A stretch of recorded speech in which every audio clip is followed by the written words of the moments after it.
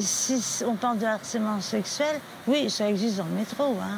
Des mains perdues, on va dire, choses comme ça.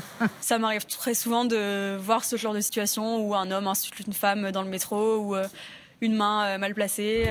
Aujourd'hui, Consomax se penche sur la question du harcèlement dans les transports en commun. En France, les 2/3 des usagers des transports en commun sont des usagères. À ce chiffre s'ajoute une autre statistique révélée par une étude récente. 9 femmes sur 10 seraient victimes de harcèlement lors de leur déplacement.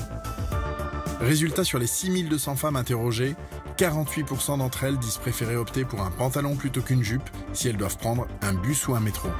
54% avouent même préférer éviter les transports en commun la nuit tombée. Sur l'ensemble des femmes interrogées, environ 87% ont déclaré avoir été victimes de harcèlement sexiste dans les transports. Et seulement 2% sont allés porter plainte. C'est très peu.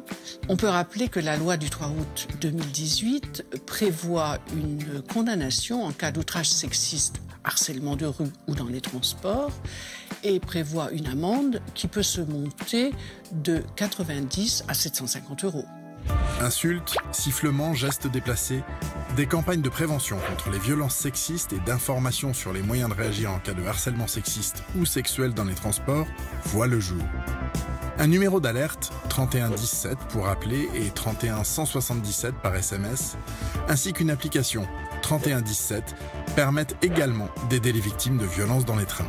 Si vous êtes victime de harcèlement sexiste dans les transports, vous pouvez appeler les numéros qui s'affichent. Vous pouvez aussi faire un signalement sur la plateforme qui a été créée à cet effet sur servicepublic.fr. Et puis surtout, il faut que vous alliez porter plainte. Parce qu'il faut que les femmes défendent leur droit à la mobilité.